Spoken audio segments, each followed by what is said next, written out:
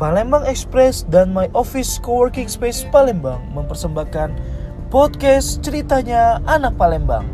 Halo teman-teman semua, selamat pagi. Bertemu lagi kita di channelnya Pofpress, podcastnya My Office dan Palembang Express. Nah, kali ini kita agak beda karena kita dituntut untuk kerjanya WFH. Podcast kita juga nggak langsung ketemu narasumber, kita akan secara online ngobrol dengan narasumber. Gimana kita akan ngobrol banyak sekali, mulai dari profilnya narasumber kita saat ini maupun nanti dia akan kasih tahu solusi dari corona ini seperti apa untuk mendapatkan mendapatkan keuntungan, mendapatkan usaha bisnis yang baru di era corona seperti itu. Nah, kita bakal ketemu dengan narasumber bernama Johan Wijaya Kusuma. Ini teman lamanya kita, orang yang mungkin di Palembang udah cukup dikenal, dan beliau penggiat teknologi, punya usaha di akademi, dan juga dia punya penggiat robot, buat robot secara perangkat lunak maupun secara hardware. Nah, nggak usah berlama-lama, mari teman-teman simak wawancara kita, ngobrol santai kita dengan Johan Wijaya Kusuma. Ayo. Oke, halo, terima kasih buat Bro Johan udah nyiapin waktunya Bro ya. Thank you. Susah banget kayaknya karena lu padat banget jadwal ini aja. Bisa dapat waktu. Thank you banget. Oke, di sini mungkin kita ngobrol santai aja. Kita pengen lebih kenal dekat siapa sih Johan Wijaya Kusuma gitu. Mungkin teman-teman di di Palembang, teman-teman di Sumatera Selatan maupun teman-teman yang nonton podcast sama YouTube-nya kita pengen kenal. Kita bakal banyak bahas soal lebih sisi ke Johannya, jadi nggak bakal ngomongin soal lebih ke perusahaannya enggak, tapi kita mau ngomong dari sisi personalnya si Johannya kayak gitu. Lo kenalin diri dulu dong Bro, kita udah lama nggak ketemu ya kali ya. Iya. Kenalin diri dulu, mungkin teman-teman pengen kenal gitu, silakan. Oke, selamat semua. Nama saya Johan. Ini saya kenalinnya apa aja nih Bro? Kan pribadi nih Bro ya? Iya, lo kenalin dah nama lo, sekarang aktivitas lo ngapain gitu. Oke, jadi nama aku Johan. Kegiatan sehari-hari macam-macam ya, cukup padat. 50% ngajar, 20% bisnis, 20% untuk keluarga.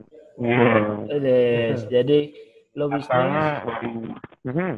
bisnis, ngajar, jadi banyak semua. Lo jadi pendidik, lo juga jadi bisnismen, lo juga jadi bapak rumah tangga gitu ya. Iya, tinggal kita tiap hari. Sorry Bro, ini kayaknya atau mikrofon lo yang terlalu dekat atau gimana ya? Kok jadinya kresek ya Bro?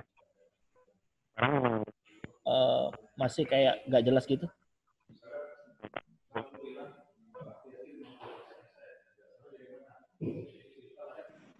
Sekarang gimana? Nah, mantap. Jadi lebih mantap. Bentar, ini speakernya nggak keluar. Tes, gimana? Mantap. Oke. Nah, oke. Jadi lo sekarang ngajar, lo juga jadi bapak rumah tangga, lo juga bisnismen gitu. Gue taunya lo kayaknya bukan dari Palembang aslinya, lo dari kota kecil ya yang ada di Sumsel, bener nggak ya? Benar, ini aku dari kota Curup.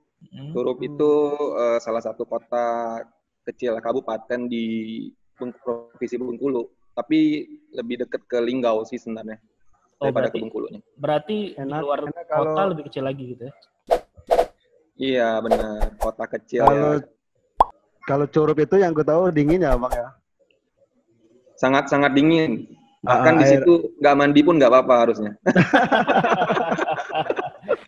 Oke. Karena dingin banget emang. Iya. Terus lo kok bisa ke Palembang tuh? Lo ceritain dong gimana dari awalnya dari Curup lo bisa ke Palembang, lo ngerantau atau naik perahu lo ke sini gitu? Ya, jadi sebenarnya ke Palembang tuh adalah sebenarnya nggak ada planning ke Palembang, karena pada waktu SMA kemarin memang tujuan awal itu pengen kuliah di Bandung. Di waktu itu udah dapat lulus tanpa tes di salah satu universitas ternama di Bandung, udah lulus tes. Nah, tapi naasnya karena memang pada waktu kita mau berangkat, orang tua tuh kena sakit keras. Jadi semua dana itu kekuras ke sana gitu loh. Jadi ya, boleh buatlah kemarin sempat kita nggak mikir, nggak mau kuliah sih. nggak mau kuliah, mau bantu orang tua aja di rumah, karena kan di Curup kita juga ada usaha nih, studio foto kecil-kecilan. Jadi pengen bantu aja di sana buat bantu ekonomi. Ternyata kakak perempuanku tuh di Palembang, udah kuliah di MDP di Palembang nih, sebut merek lah Ju. Nggak apa-apa. Terus? Jadi kuliah di MDP, akhirnya dia bilang, Dek, kalau kamu mau belajar robotik di kampus ini aja katanya kan, karena di sini kita udah pernah juara beberapa kali katanya kayak gitu. Ya jadinya aku bilang aku nggak punya uang buat ke sana, kayak bilang kan aku nggak punya uang. Jadi dia bilang nggak apa-apa, datang aja dulu, nanti semuanya saya bantu urus dulu katanya kayak gitu. Ya udahlah, akhirnya ngobrol sama keluarga, ya direstui lah berangkat ke Palembang dengan berat hati tinggalin kota Curup, masuk ke kota Palembang tanpa apa-apa kayak gitu kan. Waktu itu kan ngambil kuliahnya komputer D3 memang, pengen cepat selesai biar bisa bantu orang tua lagi gitu kan. Waktu masuk kepikiran nih, laptop nggak ada, gimana caranya biar bisa punya laptop. Ternyata dari kampus tuh ada kayak sayembara gitu ya, kayak ada lomba. Siapa yang bisa masuk dalam urutan 10 besar pada waktu ujian, itu dapat laptop gratis waktu itu. Gitu. Beruntung ya, kalau nggak tuh nggak ada laptop. Jadi akhirnya berusaha, ujiannya kerjain bener-bener gitu kan, kerjain bener-bener. Ya dapat lah, masuk peringkat 2 kalau nggak salah kemarin, akhirnya dapat laptop. Nah laptop itulah yang dijadikan untuk belajar lah selama kuliah, kayak gitu. Berarti, jadi masuk ke Palembang ini sebenarnya aksidental sih.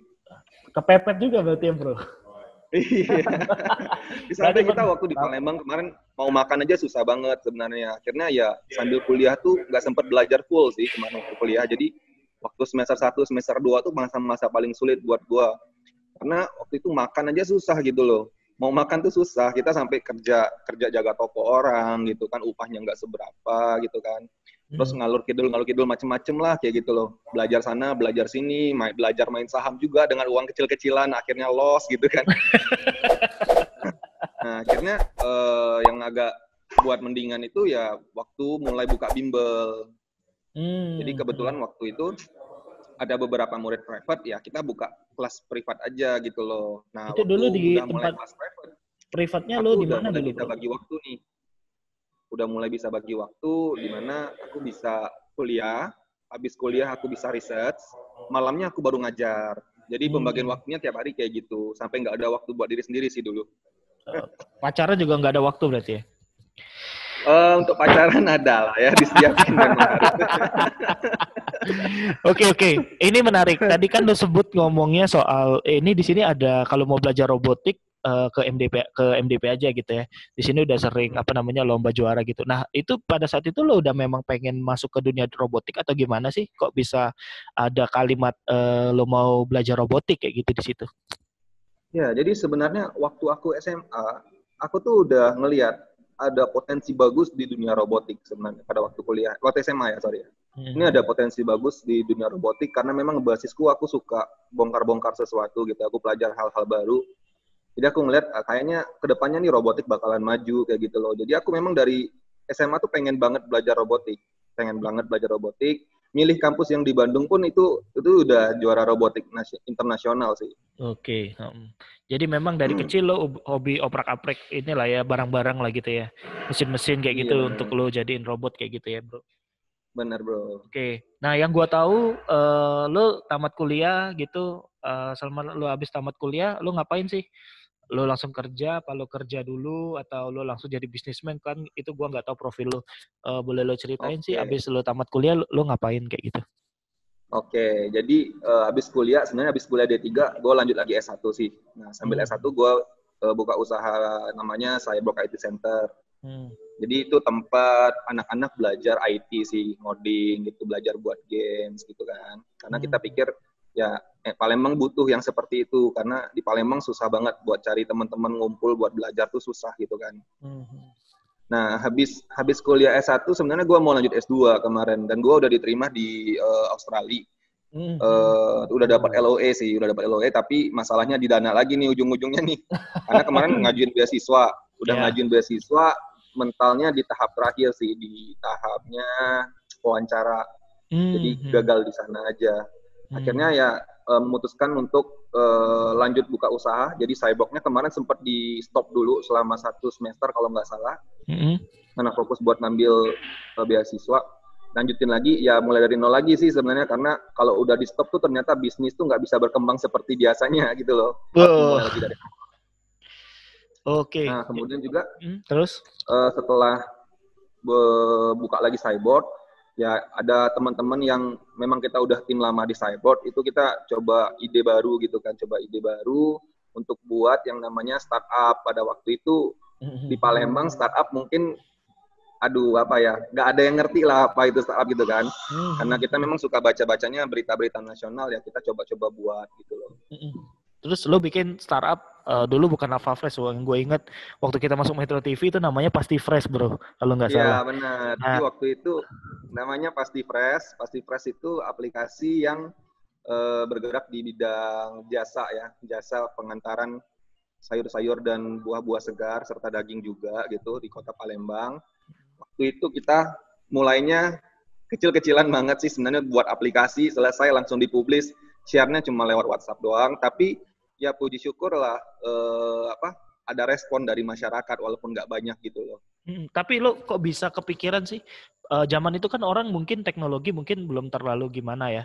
Mereka mungkin taunya juga cuman ride hailing ya kayak Gojek gitu. Terus lo bikin Pasti Fresh di Kota Palembang yang mungkin belum teredukasi. Lo latar belakang lo bikin Pasti Fresh tuh apa sih? Sehingga lo nekat gitu masuk ke dunia startup kayak gitu bro.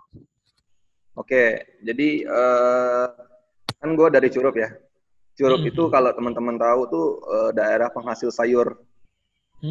Dan gue waktu di Curup tuh uang 20.000 tuh udah cukup banget tiap hari buat makan. Nah, waktu ke Palembang gue kan sebenarnya kaget nih, apalagi udah rumah tangga kan gitu. Waktu udah rumah tangga baru ketahuan nih, oh ternyata pengeluaran bulanan atau harian di Palembang tuh gede banget. Karena buat beli sayur tuh 10.000 tuh nggak dapat apa-apa, cuma dapat tomat sekilo gitu loh. Kalau di Curup tomat sekilo tuh mungkin bisa diminta aja ke kebun gitu loh, nggak usah beli. Kan aku bilang gapnya sangat gede kan. Terus aku lihat juga kok kehidupan petani di sini kok susah ya. Padahal kalau dibawa ke Palembang, ini barang-barangnya bisa mahal banget gitu loh. Harusnya mereka juga kehidupannya lebih layak gitu kan. Akhirnya aku mau coba mutus mata rantai yang kita tahu itulah penyebab kenapa mereka bayarannya rendah, tapi harga di Palembang bisa tinggi gitu kan. Kita coba mulai mau benahin lah, bukan pasti bisa sih, nggak kepikiran sih, tapi kita coba-coba dulu aja, dicoba dijalanin gitu loh. Ya alhasil memang sangat susah buat mutusin mata rantai itu kayak gitu loh bro. Dan sampai akhirnya lo juga berdarah-darah untuk ngejalanin startup ini ya bro. Dan saat itu sampai lo cari investor juga untuk danain lo, dan mungkin di saat itulah berubah nama ya dari Pasti Fresh jadi Alpha Fresh ya. Nah, gue pengen tahu kenapa sampai hari ini startupnya bukan tewas, bukan mati, tapi gue bilang zombie.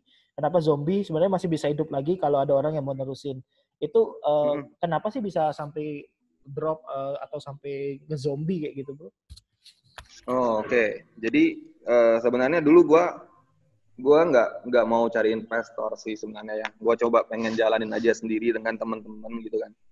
Tapi ya ternyata memang teman-teman pun kan butuh pemasukan kan untuk kehidupan sehari-hari, untuk menyokong keluarga. Juga ada orang tuanya yang masih minta anaknya jadi PNS gitu kan. Oke.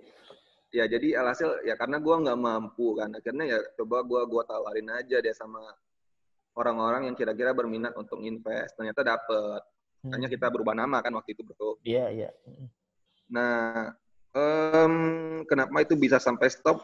Ternyata memang masalahnya cukup complicated ketika memang kita udah benar-benar terjun ke masyarakat yang lebih luas. Hal yang paling bikin susah itu sebenarnya adalah edukasi, bro. Kenapa tuh, bro? Edukasi dan juga mungkin pemikiran orang banyak itu udah skeptis duluan kayak gitu loh. Karena sebenarnya kan kalau kita buat jadi model-model kayak Tokopedia gitu kan sebenarnya semuanya berperan aktif kan. Tapi akhirnya kita nggak bisa bikin model seperti itu karena memang dari yang punya sumber sayur itu nggak mau tergabung ke aplikasi gitu loh, nggak mau. Padahal niatnya lo ngebantu mereka gitu ya? Lah ya makanya kan sebenarnya kita mau pengen bantu tapi mereka nggak mau. Karena kan kita tahu nih rata-rata yang memang menghasilkan sayur kan adalah petani gitu ya. Nah petani di sini bukan petani orang yang modern gitu loh. Mereka sangat-sangat gaptek. Sangat-sangat gaptek. Ketika kita udah buatin aplikasi yang mudah banget lah, sebenarnya mudah banget sih harusnya. Kita ajarin tuh mereka nggak mau. Bukannya nggak bisa, mereka tuh nggak mau. Sudah Mereka tuh kayak menolak hal-hal baru gitu loh. ya, udah terbiasa dengan zona habit nyaman. Oh iya betul. Oh jadi sampai Mungkin akhirnya masih jadi kurang nggak percaya paham. mungkin bang. Iya, Perawatan itu mungkin kurang percaya. mungkin mereka kurang percaya. Tapi kalau saya sih bilang mereka bukan kurang percaya ya. Kalau dilihat tuh mereka memang bener-bener nggak mau ribet. Mereka udah terbiasa. Misalnya bawa sayurnya ke pasar, induk misalnya gitu kan. Udah selesai gitu aja, kayak gitu loh. Mereka nggak mau ngerubah dengan cara baru. Dan itu susah banget, ngeyakininnya tuh susah banget. Betul. Dan juga ada beberapa hal lagi nih yang bikin mereka nggak mau. Kita ketemu ada yang anaknya masih muda gitu kan. Dia bilang nggak bisa Pak, kita udah kekunci sama orang A. Nah orang A ini sebenarnya ngasih pinjaman dia selama dia belum ada lahan, belum ada bibit gitu loh. Mereka yang kasih pinjaman. Alhasil ya ada saling terikat seperti itulah. Jadi terlalu complicated untuk bisa mereka mengadaptasi gitu ya. Banyak faktor yang maksudnya sulit juga untuk bisa ditembus ya, tanda kutip ya. Kayak gitu ya bro ya. Nah, teman-teman udah tahu kan bagaimana profilnya si Johan Wijaykusuma, mulai dari dia merantau dari Curup yang karena orang tuanya sakit dia harus merelakan yang harusnya dia kuliah di Bandung, tapi sekarang nggak kuliah di Bandung tapi kuliahnya di Palembang, sehingga dia harus ngidupin dirinya sendiri di Palembang, bagaimana perjuangan dia. Nah, teman-teman, kita bakal membahas episode selanjutnya bersama Johan Wijaykusuma, bagaimana dia ngomongin soal digital talent yang selama ini dia udah ngegelutin dan dia buat kursus untuk meningkatkan kualitas SDM di Kota Palembang. Nah, teman-teman penasaran? Pantau terus di channelnya Pop Fresh My Office dan Parmo Express.